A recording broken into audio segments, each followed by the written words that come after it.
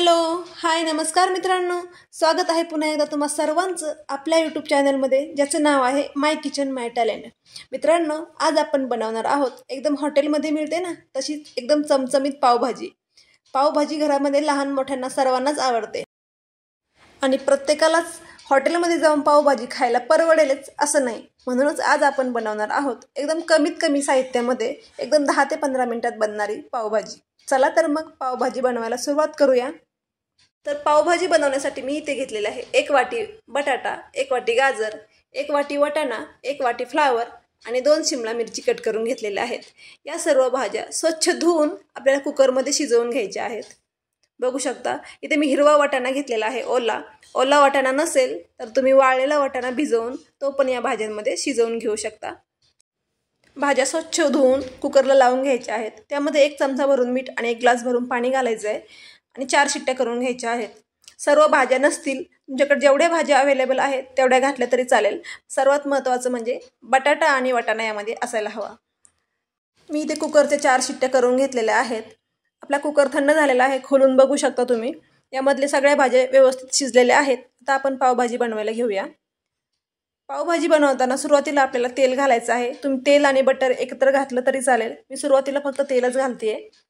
त्यामध्ये मी इथे 3 मीडियम साईजचे कांदे कट करून घेतलेले आहेत आणि 1 शिमला मिरची बारीक कट करून त्या कांद्यामध्ये आपल्याला फ्राय करून घ्यायचे आहे। कांदा आणि शिमला मिरची एकत्रच फ्राय करायचे आहेत। ते थोडंसं गोल्डन ब्राऊन झालं की त्यामध्ये आपण टोमॅटो घालणार आहोत।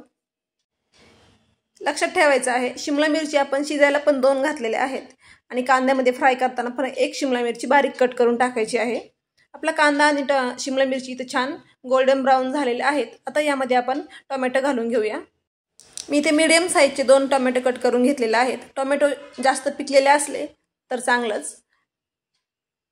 हे बघा, कांदा टोमॅटो छान मिक्स करून घ्यायचा आहे। त्यामध्ये मी अर्धा चमचा मीठ घालतेय।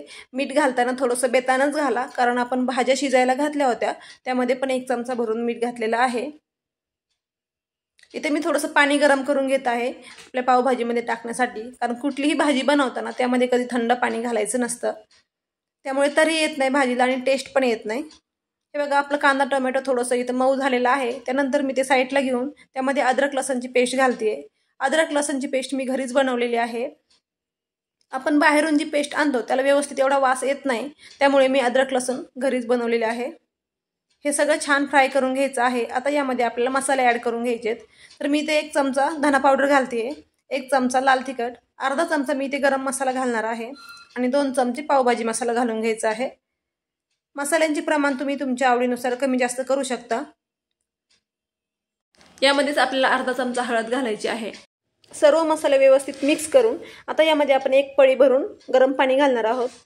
झाकण ठेवून आपल्याला कांदा टोमॅटो मऊ करून घ्यायचा आहे व्यवस्थित। हे बघा, ह्याला छान तेल सुटलेलं आहे। आता व्यवस्थित हे मॅश करून घ्यायचं आहे। ही प्रोसेस आपण मिक्सरमध्ये पण करू शकतो, पण मिक्सरमध्ये केल्यानंतर ही पूर्ण पेस्ट बनते। आपल्याला पूर्ण पेस्ट बनवायची नाही याची, फक्त थोडंसं मॅश करून घ्यायचं आहे। त्यानंतर आपण यामध्ये आपले जे शिजलेले व्हेजिटेबल्स आहेत ते सर्व यामध्ये ॲड करून घेणार आहोत। पावभाजी खायला सर्वांनाच आवडते, घरामध्ये लहान मोठ्यांना पावभाजी आवडते आणि प्रत्येकालाच बाहेर जाऊन पावभाजी खाणं शक्य नसतं। प्रत्येकाला ते परवडत नाही, त्यामुळे आपण कमीत कमी साहित्यामध्ये घरीच पावभाजी बनवू शकता। अतिशय छान बनते ही पावभाजी। शिजून घेतलेल्या भाज्या यामध्ये घालून घ्यायच्या आहेत। मॅशरच्या साहाय्याने ते छान मॅश करून घ्यायचे आहेत। इथे मी पुरणाच्या चाळणीमध्ये टाकते, बघू शकता। पुरणाच्या चाळणीमध्ये घातल्यामुळे आपल्याला जास्त मेहनत घ्यावी लागत नाही मॅश करण्यासाठी। तुम्ही हे मिक्सरमध्ये पण फिरवून घेऊ शकता। मी इथे दरवेळेला पुरणाच्या चाळणीमध्येच बनवत असते। हे बघा, छान मॅश करून घ्यायच्या आहेत सर्व भाज्या। तुम्ही यामध्ये थोडंसं बीट पण घालू शकता। बीटने आपल्या पावभाजीला छान कलर येतो, पण मला बीट भेटलं नाही आज बाजारामध्ये, त्यामुळे मी बीट नाही घातलेलं। मी यामध्ये थोडासा फूड कलर घालणार आहे, ते ऑप्शनल आहे। तुम्हाला नसेल घालायचं, नाही घातलं तरी चालेल। पण आपण हॉटेलमध्ये किंवा चौपाटीवरती जेव्हा पावभाजी खातो त्यामुळे तिचा कलर खूप छान असतो। तर कलरमुळे कसं मुलांना असं बाहेर पावभाजी खाल्ल्याचं फील येतं, त्यामुळे थोडासा कलर घालायचा। कलर नसेल घालायचा तर बीट घातलं तरी चालेल, बीटने तर खूप छान कलर येतो। पण मला बीट भेटलं नाही म्हणून मी इथे थोडासा फूड कलर घालणार आहे यामध्ये। हे बघा, मी सर्व भाज्या व्यवस्थित मॅश करून घेतलेल्या आहेत। थोडंसं सर्व मसाले आणि भाज्या मिक्स करून थोड्या वेळ झाकण ठेवायचं आहे। त्यानंतर आपल्याला यामध्ये थोडासा कलर घालून घ्यायचा आहे। आता तुम्ही पावभाजीमध्ये थोडंसं गरम पाणी घालायचं आहे। पावभाजी जास्त पातळ नसते, तुम्ही तुमच्या आवडीप्रमाणे पातळ घट्ट कशी बनवू शकता। मी थोडंसं पाणी घालून घेते यामध्ये, गरम पाणीच घालायचे, थंड पाणी घालू नका। वरतून थोडासा पावभाजी मसाला घालायचा आहे आणि छान बारीक चिरलेली भरपूर सारी कोथिंबीर घालून घ्यायची आहे यामध्ये। हे बघा, आता वरतून कोथिंबीर घालायची आहे बारीक चिरलेली। इथे आपली पावभाजी रेडी झालेली आहे। किती वेळ लागला पावभाजी बनवायला? जास्तीत जास्त 15 मिनिटं लागली असतील। त्यानंतर आपल्याला यामध्ये बटर घालायचं आहे। बटर तुम्ही सुरुवातीला पण घालू शकता, पण जेव्हा मी पावभाजी बनवायला घेतली होती तोपर्यंत आमचं बटर आणलं नव्हतं। आता आणलंय, मी वरतून टाकतेय। हे बघा, आपली पावभाजी इथे रेडी झालेली आहे। कलर पण खूप छान आलेला आहे, टेक्स्चर पण खूप छान आलेलं आहे पावभाजीला। आता इथे मी पाव घेते आहे फ्राय करून। हे बघा, एकदम हॉटेलसारखी पावभाजी झालेली आहे आपली। ही खायला पण खूप टेस्टी लागणार आहे आणि मसाल्यांचे प्रमाण तुम्ही तुमच्या आवडीप्रमाणे कमी जास्त करू शकता। तर मित्रांनो, आपली ही पावभाजीची रेसिपी कशी वाटली तुम्ही एकदा नक्की ट्राय करून बघा। घरच्या घरी झालेली पावभाजी अतिशय छान लागते, खायला अप्रतिम होते ही पावभाजी। आणि व्हिडिओ आवडला तर व्हिडिओला लाईक करा, शेअर करा आणि तुम्ही बनवलेली पावभाजी कशी झाली हे मला कमेंटमध्ये नक्की कळवा।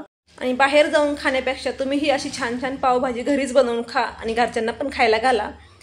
आणि आपल्या चॅनलवरती जर कुणी नवीन असेल तर आपल्या चॅनलला सबस्क्राईब करून बेल आयकन प्रेस करा, म्हणजे मी जेव्हा कधी नवीन व्हिडिओ अपलोड करेल तेव्हा तुम्हाला त्याचं नोटिफिकेशन लगेच मिळेल। चला तर मग मित्रांनो, भेटूया पुन्हा एकदा अशाच नवीन रेसिपी सोबत। तोपर्यंत खात राहा, मस्त राहा। धन्यवाद।